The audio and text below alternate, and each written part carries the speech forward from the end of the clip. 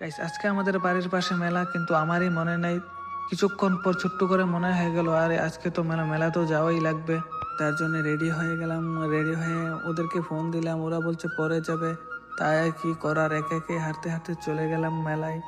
মেলায় গিয়ে দেখলাম, বা এতগুলা লোক কোথায় থেকে আসলো। মেলায় যে এত লোক হবে তা আমি কখনো ভাবিনি। উপরে কিছুক্ষণ ঘোরাঘুরি করার পর নিচে এসে পড়লাম, দেখলাম অনেকগুলা লোক এখানেও রয়েছে। তাই একটু ছোট্ট করে খেয়ে চলে আসলাম একটু হাঁটার জন্য। কিছুক্ষণ হাঁটার পর এদিক ওদিকে ঘোরাঘুরি করার পর রাত্র হয়ে গেল, তাই আবার চলে গেলাম নিচে ও বন্ধুদের সাথে দেখা করতে। ওখানে তো গিয়ে ওদেরকে খুঁজে পাচ্ছিলাম না, কি লোক, তাই আবার উপরে চলে গেলাম। ওখানে গিয়ে দেখি বাচ্চাদেরকে শেখাচ্ছে, তাই আমিও হালকা করে শিখে গেলাম। আর এখানে কাকু কি সুন্দর গান করছে। কাকুর গান কিন্তু অনেক সুন্দর হয়েছে। অনেকগুলা লোক রয়েছে এখানে কাকুর গান দেখার জন্য এবং শোনার জন্য। গান টান শুনে বন্ধুদের সাথে দেখা করে বেশি দেরি না করে বাড়ি চলে এলাম।